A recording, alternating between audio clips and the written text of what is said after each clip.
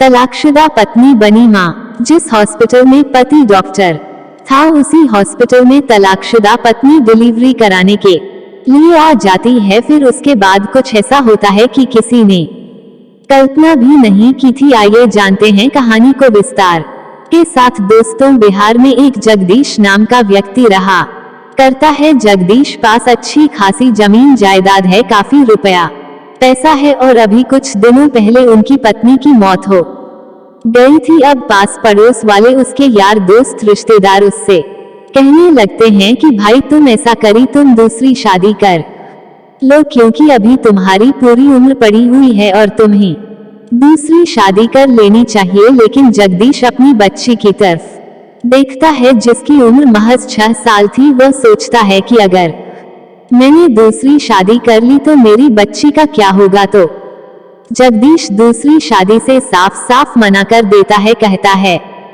कि मेरी एक बच्ची है और यह मेरी पत्नी की आखिरी निशानी है। मैं इसी को अपने साथ रखूंगा और अच्छी तरह से इसका पालन पोषण करूंगा। इसके बाद उसके पड़ोसी, घर वाले और रिश्तेदार उससे शादी को कहना बंद कर देते हैं और जगदीश अपनी बच्ची का पालन पोषण करने लगता है। लड़की का नाम प्रियंका था। प्रियंका स्कूल जाया करती और जो भी ख्वाहिश वो कर दिया करती, उसका पिता फौरन से उसे पूरी कर दिया करता। क्योंकि जगदीश के पास काफी पुश्तैनी जमीन थी तो अच्छा खासा रुपया पैसा उसके पल्ले में था। धीरे धीरे समय बीता और प्रियंका बड़ी हो जाती है और उसकी स्कूली एजुकेशन कंप्लीट हो गई थी।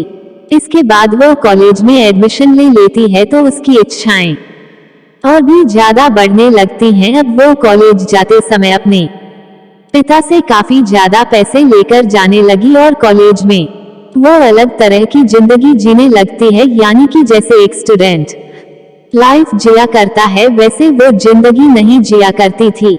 वो तो कॉलेज के अंदर जाती है, लड़कों के साथ रहती है और इधर उधर पार्टियां किया करती है और ऐसे ही अपने जीवन को जीने लगती है। अब उसके पिता जगदीश को जब जैसे यह बात पता चलती है तो उन्हें पहले तो थोड़ी सी चिंता होती है, लेकिन वह सोचते हैं कि कोई बात नहीं, मेरी इकलौती बेटी है। फिर कुछ दिनों बाद तो इसकी शादी हो ही जाएगी तो इसे अपनी जिंदगी खुलकर जीने दिया जाए। इसी बात को सोचकर वह ऐसे ही चुप रह जाता है और धीरे धीरे प्रियंका की कॉलेज पढ़ाई भी कंप्लीट हो जाती है। तो उनके पास पड़ोस वाले जगदीश की बेटी के बारे में बातें बनाने लगते हैं कि बेटी जवान हो गई है, अब इसकी शादी कर देनी चाहिए। अगर तुम अब शादी नहीं करोगे तो बेटी कहीं ना कहीं कोई गलत काम ना कर दे, जिसकी वजह से तुम्हें बहुत कुछ झेलना पड़ सकता है। यह बात जगदीश को भी कहीं ना कहीं सही लगती है। तो एक शाम को जैसे ही बेटी घर आती है तो पिता उससे कहने लगता है कि बेटी अब मेरे हिसाब से तुम शादी के लायक हो गई हो और मैं तुम्हारी शादी करा देना चाहता हूँ। प्रियंका जब सुनती है कि पिता उसकी शादी कराना चाहते हैं तो वो अपने पिता से कहने लगती है कि पिताजी अभी मुझे पढ़ाई लिखाई करनी है, मैं अभी शादी करूंगी। तभी उसके पिता उससे कहते हैं कि बेटी पढ़ाई लिखाई तुम भले ही कर लेना, लेकिन मुझे तुम्हारी शादी कर लेने दो। क्योंकि पास पड़ोस वाले बातें बनाने लगे हैं कि जवान बेटी को घर में बिठा रखा है। तो प्रियंका भी ना चाहते हुए हामी भर लेती है और कहती है कि ठीक है पिताजी, अगर आपको ऐसा लगता है तो आप मेरी शादी करा दीजिए। उसके बाद जगदीश इधर उधर रिश्ता ढूंढता है और उन्हें एक लड़का मिल जाता है। लड़के का नाम अनिल होता है। अनिल जो कि अभी डॉक्टरी कर रहा है और कुछ दिनों बाद उसकी डॉक्टरी कंप्लीट हो जाएगी तो उसके बाद वो भी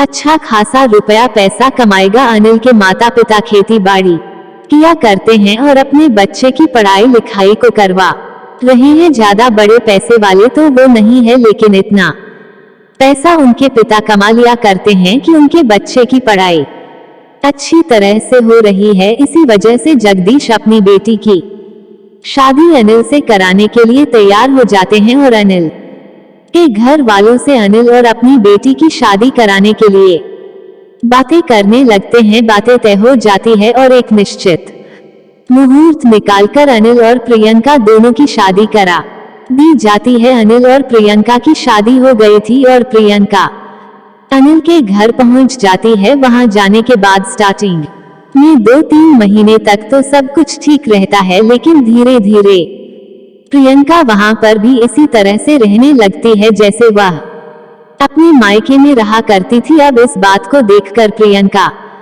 के सास ससुर बहुत ज्यादा परेशान है और इधर अनिल भी इस बात को देखकर थोड़ा सा परेशान हो जाता है। वह अपनी पत्नी को समझाने की कोशिश करता है, लेकिन उसकी पत्नी उसे साफ साफ बोल देती है कि मैं तो अपने घर में ऐसे ही रहा करती थी, तो इसी तरह से मैं यहाँ पर रहूंगी, मुझे तुम्हारी तरह रहने की आदत नहीं है। वो ससुराल के अंदर छोटे छोटे कपड़े पहना करती और शॉपिंग करने के लिए घर से निकल जाया करती, जिस वजह से अनिल के घर वाले थोड़े परेशान होते हैं। लेकिन फिर अनिल के माता पिता अपने बेटे की तरफ देखते हैं और कहते हैं कि बेटा कोई बात नहीं, अभी नई नई शादी हुई है तो यहाँ पर ढलने में थोड़ा टाइम लगेगा, कुछ दिनों बाद सब कुछ ठीक हो जाएगा। ऐसा कहकर अनिल को उन्होंने सहानुभूति दे दी थी और अनिल वहां से अपनी पढ़ाई को पूरा करने के लिए चला जाता है। लेकिन धीरे धीरे उसकी शादी को 1 साल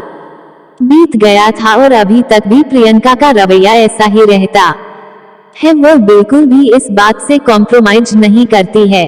दिन के समय में जब भी उसका मन किया करता वह घर से निकल जाया करती और लेट नाइट तक घर वापस आया करती। तो अनिल के माता पिता एक दिन अपनी बहू से बात करने का फैसला करते हैं। जब एक दिन शाम को उनकी बहू घर आती है तो उसके बाद वो उसे समझाते हैं कि बेटी यह सब कुछ ठीक नहीं है, जो तुम अपने मायके में करती थी वो यहाँ पर नहीं कर सकती, और अब तुम्हारी शादी को भी काफी समय हो गया है, तो यह सब कुछ करना ठीक नहीं है। लोग तरह तरह की बातें बनाते हैं, यह सब चीजें हमें अच्छी नहीं लगती, लेकिन प्रियंका उनकी कोई भी बात मानने के लिए तैयार नहीं होती है और साफ साफ बोल देती है कि मैं तो इसी तरह से रहूंगी, अब तुम लोगों के पास पैसा नहीं है तो मैं क्या करूं। इस बात को सुनकर अनिल के पिता चुप हो जाते हैं और अपने बेटे को फोन करके इन सभी बातों को बता देते हैं। अब बेटा भी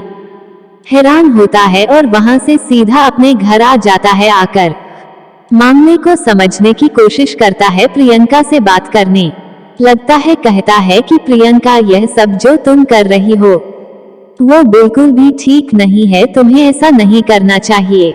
घर में कायदे के साथ आराम से रहो, जिस तरह से बहू घर के अंदर रहती है उसी तरह से तुम्हें रहना चाहिए। मेरे माता पिता को परेशान मत करो। अब प्रियंका इन बातों को सुन तो लेती है, लेकिन इनमें से किसी बात पर भी अमल नहीं करती। और जब अनिल घर में रहता है तो उस टाइम पर वह अपनी आदतों को थोड़ा सा कंट्रोल कर लेती है और दोनों पति पत्नी ठीक ठाक रहने लगते हैं। लेकिन इन सभी आदतों को बंद करने की वजह से प्रियंका थोड़ी सी चिड़चिड़ी रहने लगती है और बेवजह अनिल से लड़ाई करने लगती है। अब अनिल उसको समझाने की कोशिश करता है, लेकिन प्रियंका उल्टा उस पर भड़क जाती है और तरह तरह की बातें उससे कहने लगती है। कहती है कि मुझे नहीं पता था कि तुम लोग भिखमंगे हो और तुम्हारे पास पैसा नहीं है, वरना मैं तुम्हारे साथ शादी से मना कर देती। अब इस बात को सुनकर अनिल को भी गुस्सा आ जाता है और वह प्रियंका पर हाथ उठा देता है। इसके बाद प्रियंका फौरन अपने पिता के पास फोन करती कहती है कि पिताजी इस घर के अंदर मैं नहीं रह सकती, मुझे यहाँ पर नहीं रहना है। तो पिता पूछते हैं कि बेटी आखिर ऐसी क्या बात हो गई जो तुम वहां पर नहीं रह सकती। तो प्रियंका बताती है कि आज मेरे पति ने मुझ पर हाथ उठाया है। तो पिता कहते हैं कि बेटी कोई बात नहीं, धैर्य रखो, मैं तुम्हारे पति से बात करता हूँ और देखता हूँ क्या बातें निकलती हैं। इसके बाद प्रियंका के पिता अनिल के पास फोन करते हैं, लेकिन अनिल गुस्से में फोन को नहीं उठाता है। अब प्रियंका के पिता को चिंता होती है और इसी वजह से वह अनिल के पिता के पास फोन कर देता है और अनिल के पिता फोन को उठा लेते हैं। वह पहले तो उनसे हालचाल जानते हैं, उसके बाद वह पूछते हैं कि समधी जी ऐसा क्या हुआ जो हमारी बिटिया परेशान हो रही है तो अनिल के पिता उन्हें सारी बातें साफ साफ बता देते हैं कि आपकी बेटी यहाँ पर भी छोटे कपड़े पहना करती है और लेट नाइट तक पार्टियों में जाया करती है। हम अगर बहू को इन सभी चीजों से रोकते हैं तो वो हमारे बेटे से लड़ाई करती है। देखिए, इस तरह से समय व्यतीत नहीं होगा। इसके बाद प्रियंका के पिता इन सभी बातों को सुन लेते हैं और समझ जाते हैं। फिर वो कहते हैं कि ठीक है समधी जी, अगर ऐसी बात है तो मैं प्रियंका से बात करता हूँ और उसको समझाने की कोशिश करता हूँ। इसके बाद वो प्रियंका के पास फोन करते हैं और उसको समझाने लगते हैं कि बेटी, यहाँ तुम्हारा मायका था और वहाँ तुम्हारा ससुराल है, लेकिन प्रियंका के दिमाग में इनमें से कोई बात भी नहीं बैठती है, क्योंकि अभी तक भी उसे वही चीजें लग रही थी कि जिस तरह से वह अपने मायके में रहती है वैसे ही अपने ससुराल में रहेगी। इसके बाद प्रियंका सभी बातों को सुन तो लेती है और झूठी हामी भर लेती है, क्योंकि उसके पिता उससे बहुत लाड प्यार करते थे, तो इसी वजह से वह अपने पिता से इस बारे में कुछ नहीं कह पाती। इसके बाद प्रियंका फिर से घर में शांत रहने लगती है, लेकिन धीरे धीरे वो आदतें उसको बार बार बुला रही थी और उसी वजह से घंटों तक वो फोन पर बातें किया करती है। अब यह बात जब अनिल नोटिस करता है तो उससे कहता है कि इस तरह से फोन पर बातें मत करो, सभी लोग परेशान होते हैं और घर वाले अलग अलग तरह की बातें बनाते हैं। हालांकि प्रियंका अपने दोस्तों से बात किया करती थी, लेकिन यह सब कुछ वहां पर अच्छा नहीं लग रहा था। इस बात को लेकर प्रियंका और अनिल में दोबारा से लड़ाई हो जाती है। लड़ाई के दौरान अनिल पहले तो उसे समझाने की कोशिश करता है, लेकिन प्रियंका जोर जोर से चिल्लाने लगती है और इसी चिल्लाहट के कारण अनिल प्रियंका पर फिर से हाथ उठा देता है। अब यह बात उससे सहन नहीं होती है और वो यहाँ से अपना सारा सामान पैक करती है और सीधा अपने मायके में चली जाती है। पिता जैसे ही अपनी बेटी को देखते हैं कि उनकी बेटी रूठ कर आई है तो उससे कहने लगते हैं कि बेटी, तू रूठ कर क्यों आ गई? तो वो बताती है कि पिताजी, वो तो मुझे फोन पर बात भी नहीं करने देते और ना ही कहीं बाहर मार्केट शॉपिंग करने लिए जाने देते हैं। ऐसी जिंदगी मुझसे नहीं काटी जाएगी। अगर आपने मुझसे अब भी जबरदस्ती की तो मैं अपने साथ कुछ गलत कर लूंगी। अब इस बात को सुनकर पिता भी शांत हो जाते हैं और अपनी बेटी के बारे में सोचने लगते हैं कि मेरी इकलौती बेटी है, अगर इसने ऐसा वैसा कुछ कर दिया तो बहुत ही गलत हो जाएगा। इसी वजह से वो उसे अपने घर में रखने लगते हैं। लगभग 7-8 दिन बीतते हैं तो प्रियंका के पिता सोचते हैं कि अब बेटी का गुस्सा शांत हो गया होगा, अब बेटी का गुस्सा शांत हो गया होगा, अब मैं इसे यहाँ से भेज देता हूँ। लेकिन 7-8 दिन के अंदर प्रियंका अपनी पुरानी जिंदगी में दोबारा से लौट गई थी, क्योंकि पिता के घर उसे रोक टोक करने वाला कोई भी नहीं था, पैसा भी काफी था और कोई भी कैसी भी दिक्कत नहीं थी। तो यहाँ से वो दोबारा से अपने दोस्तों के साथ घूमने के लिए जाने लगती है और लेट नाइट तक पार्टियां करके आया करती है। एक रात जब वो लेट नाइट पार्टी से लौटती है तो पिता अपनी बेटी से बात करने लगते हैं। कहते हैं कि बेटी, अब तो काफी दिन हो गए हैं और मेरे ख्याल से अब तुम्हें अपनी ससुराल चले जाना चाहिए। लेकिन इस बार प्रियंका अपने पिता से साफ साफ बोल देती है कि पिताजी, उस घर में मुझे दोबारा से जाना ही नहीं है। ना तो उनके पास पैसे होते हैं और ना ही वो मुझे अपनी जिंदगी जीने देते हैं, तो मैं वहां बिल्कुल भी नहीं जाऊंगी, चाहे आप जो भी कर लो। इस बात को सुनकर पिता थोड़े से चिंतित होते हैं और उससे पूछने लगते हैं कि बेटी, अगर ऐसा करोगी तो कैसे टाइम व्यतीत होगा? तो वो कह देती है कि मुझे अनिल से तलाक चाहिए और मैं उसके साथ नहीं रह सकती। इसके बाद पिता, जो बचपन से अपनी बेटी से प्यार किया करते हैं, वह उसकी इस बात को भी मान लेते हैं और कहते हैं कि ठीक है बेटी, अगर ऐसी बात है तो मैं तुम्हारा तलाक करवा दूंगा।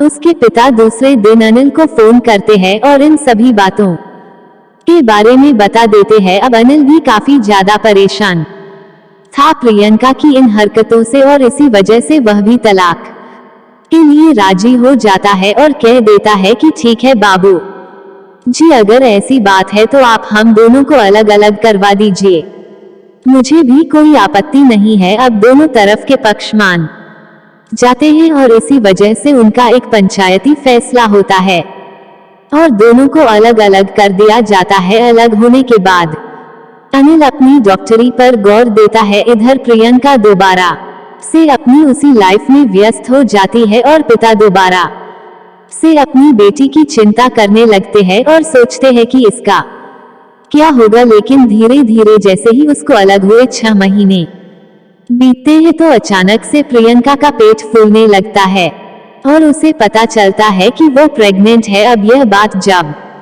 प्रियंका के दोस्त भी नोटिस कर लेते हैं तो इसी वजह से वो अब उससे अलग रहने लगे थे, क्योंकि प्रियंका का पेट बढ़ने लगा था और उन्हें डर था कि कहीं ये हमारे साथ घूमने फिरने के लिए गई और इसे कुछ हो गया तो वो सब कुछ हमारे ऊपर आ जाएगा। तो इसी वजह से वो भी उससे दूरियां बना लेते हैं। अब दूरियां बनाने के बाद प्रियंका दोबारा से अपने पिता के घर में रहने लगती है और वहीं पर धीरे धीरे समय को व्यतीत करने लगती है। अब समय आ जाता है उसकी डिलीवरी का और डिलीवरी के टाइम प्रियंका के पिता उसे लेकर एक हॉस्पिटल में पहुंच जाते हैं। निशा जोर जोर से दर्द से चिल्ला रही थी और इसी दौरान हॉस्पिटल का पूरा स्टाफ वहीं पर इकट्ठा हो जाता है। उसी स्टाफ में से एक डॉक्टर था जिनका नाम अनिल होता है। अनिल को यह नहीं पता था कि जो प्रियंका के पेट में बच्चा है वो मेरा है या नहीं है, लेकिन उसे यह पता है कि यह मेरी पत्नी थी और मैंने कभी इसके साथ खुशियों के पल बिताए थे। तो इसी वजह से वो डॉक्टर से उसके बारे में पूछने लगता है और कहता है कि इसका अच्छे से इलाज करो। इसके बाद जो डिलीवरी वाली डॉक्टर होती है वो उसका चेकअप करती है और उसे पता चलता है कि प्रियंका के अंदर खून की कमी है और इसकी नॉर्मल डिलीवरी नहीं हो सकती। तो इसी वजह से वो सिजेरियन के लिए कहती है, लेकिन उसके लिए वो प्रियंका के पिता से ब्लड लाने के लिए बोल देती है। अब पिता ब्लड के लिए इधर उधर घूमने लगते हैं और उस समय ब्लड की शॉर्टेज थी तो उन्हें कहीं भी ब्लड नहीं मिलता है। अचानक से तेज बारिश भी होने लगी थी तो इसी वजह से दूर से ब्लड लाना भी इम्पॉसिबल था। उसके पिता डॉक्टरों से कह देते हैं कि डॉक्टर साहब मेरे पास तो अरेंजमेंट नहीं हो पाएगा, आप ही कहीं से अरेंज करा दीजिए, आपको जितने भी पैसे चाहिए मैं दे दूंगा। अब इसके बाद डॉक्टर साहिबा भी इधर उधर कॉल करती हैं, लेकिन कहीं पर भी ब्लड का अरेंजमेंट नहीं होता है। उसके बाद यह बात जैसे ही अनिल को पता चलती है तो वो अपना ब्लड देने के लिए तैयार हो जाता है और कहता है कि मैडम मेरा ब्लड ले लीजिए, लेकिन इसकी जान बचा लीजिए क्योंकि यह मेरी जानने वाली है। इसके बाद डॉक्टर अनिल का 1 यूनिट ब्लड लेते हैं और उसके बाद प्रियंका का ऑपरेशन किया जाता है। ऑपरेशन करने के बाद प्रियंका ने एक लड़के को जन्म दिया था और जैसे ही निशा होश में आती है तो अपने बच्चे को देखकर अपने सभी डैक भूल जाती है, बेहद खुश होती है। उसके पास डॉक्टर साहिबा आती हैं। अब वो डॉक्टर साहिबा को बहुत बहुत धन्यवाद करती है और कहती है कि मैडम आपका बहुत बहुत धन्यवाद, जो आपने मेरी जान बचा ली, वरना मुझे आज ऐसा लग रहा था कि मैं बच नहीं पाऊंगी। इसके बाद मैडम कहती है कि धन्यवाद करना है तो मेरा नहीं डॉक्टर अनिल का कीजिए, उनकी ही वजह से आज तुम जिंदा हो, क्योंकि तुम्हारे लिए कहीं भी ब्लड नहीं मिल रहा था। अगर वो टाइम पर अपना ब्लड नहीं देते तो शायद आपकी जान बचाना बड़ा ही मुश्किल हो जाता। तो प्रियंका कहती है कि डॉक्टर साहब को भेज दीजिए, मैं उनका धन्यवाद करना चाहती हूँ। प्रियंका को अभी तक यह नहीं पता कि जो अनिल डॉक्टर साहब हैं वो उसका वही पति हैं जिनको वो छोड़कर आ गई थी और उनसे कह दिया था कि तुम्हारे पास पैसे ही नहीं है। थोड़ी देर बाद अनिल उस कमरे में आता है और प्रियंका जैसे ही अनिल को देखती है तो उसकी आंखों से आंसू निकलने लगते हैं। अब प्रियंका के आंसुओं को देखकर अनिल कहता है कि प्रियंका तुम रो क्यों रही हो, तुम्हारी जान बच गई है, तुम भी सुरक्षित हो और तुम्हारा बच्चा भी सुरक्षित है। अब इसमें रोने वाली भला कौन सी बात है। इसके बाद प्रियंका अनिल से माफी मांगने लगती है, कहती है कि अनिल मुझे माफ कर दो, मुझसे बहुत बड़ी गलती हो गई। अब अनिल सोचता है कि ये ऐसा क्यों कह रही है, क्योंकि जो लड़की अपनी मर्जी से उसे छोड़कर चली गई थी वो आज उससे माफी मांग रही थी।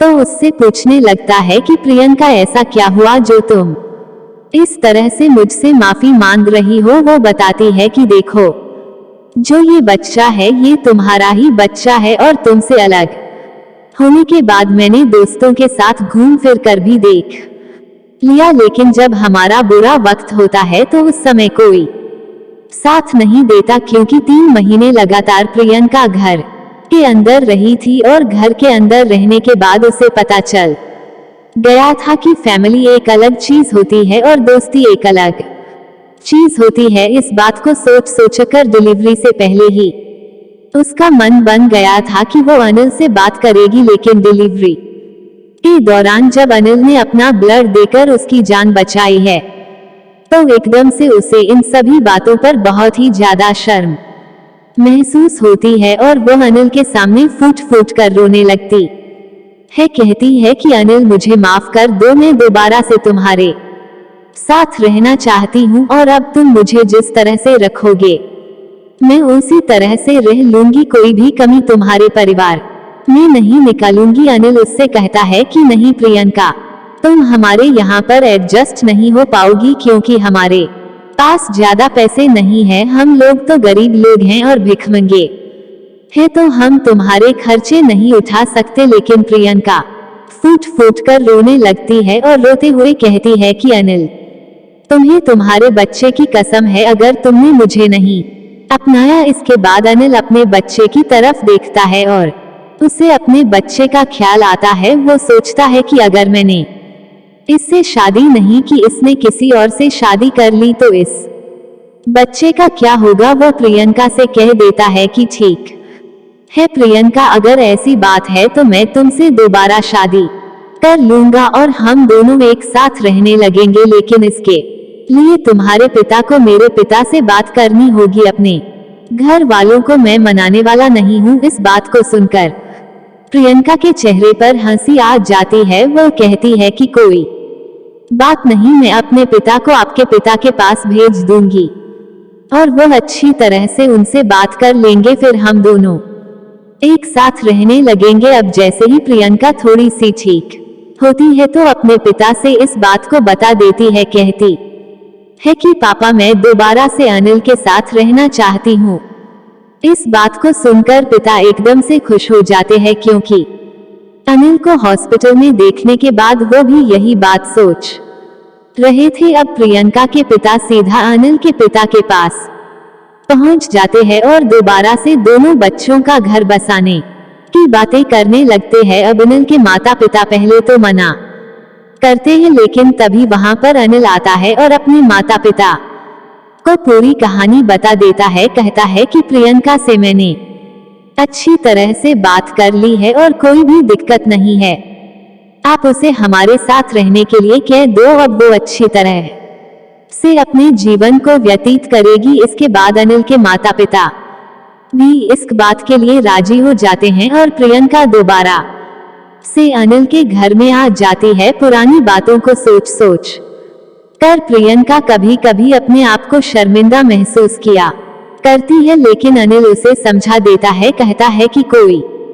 बात नहीं, जो हो गया उसे भूल जाओ और आगे की जिंदगी के बारे में सोचो, हमारे आने वाले कल के बारे में। हमारा ये एक प्यारा सा बच्चा है, इसको देखो। तो दोस्तों, ये थी कहानी दो पति पत्नी की, जिसमें पत्नी ने अपनी खराब आदतों के चलते अपने पति को तलाक दिया, लेकिन बाद में उसे सब कुछ समझ में आ गया और दोबारा से वह अपने पति के साथ रहकर घर बसाने लगी। आप क्या कहना चाहते हो प्रियंका के बारे में? आप क्या कहना चाहते हो प्रियंका के पिता के बारे में? अनिल के बारे में आपकी क्या राय है? कमेंट करके अवश्य बताएं। अगर कहानी आपको जरा भी पसंद आई हो तो हमारे YouTube चैनल को सब्सक्राइब कर लीजिए।